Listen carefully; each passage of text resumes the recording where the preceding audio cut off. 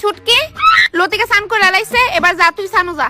না আজকে করতাম না আমি, তুমি কালকে জোর করে স্নান করেছিলা। খাড়াই স্বামী না কইলাম, যা স্নানও যা। কি তাকো কি তা না, আজকে -7 ডিগ্রি চলতেছে, তবুও যদি চাও স্নান করতাম তাহলে আমার গরম জল লাগবো। বাবা কি ভিআইপি মানুষ এনে, গ্যাস কিটা মাগনা এলো, ঠান্ডা জল দিয়ে স্নান করলে জানোস তুই শরীরে কত উপকার। না আমি অপকার লইয়া খুশি আছি। তারা এনো, হ্যাঁ যাইস না গুণগান, আমি তোর লেগে খাওয়ান আনতাছি, দাঁড়িস কিন্তু এনো। শিউর মা আমার লেগে চিংড়ি আনতে গেছে, মা আমারে মারবো, ভাগি। কিলো লতিকা কইলো গেছে তাই মা আমি বান্দরের মতো লাফাইতে চাই, স্নান করে দিদির মতো ব্ল্যাঙ্কেটের নিচে থাকতে চাই না।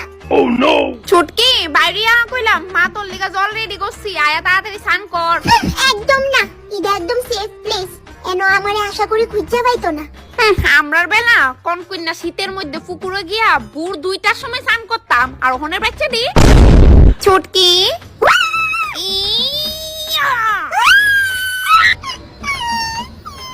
বনু শীতকাল আমরা এমনি কাটবো। মা এমন করে গেলে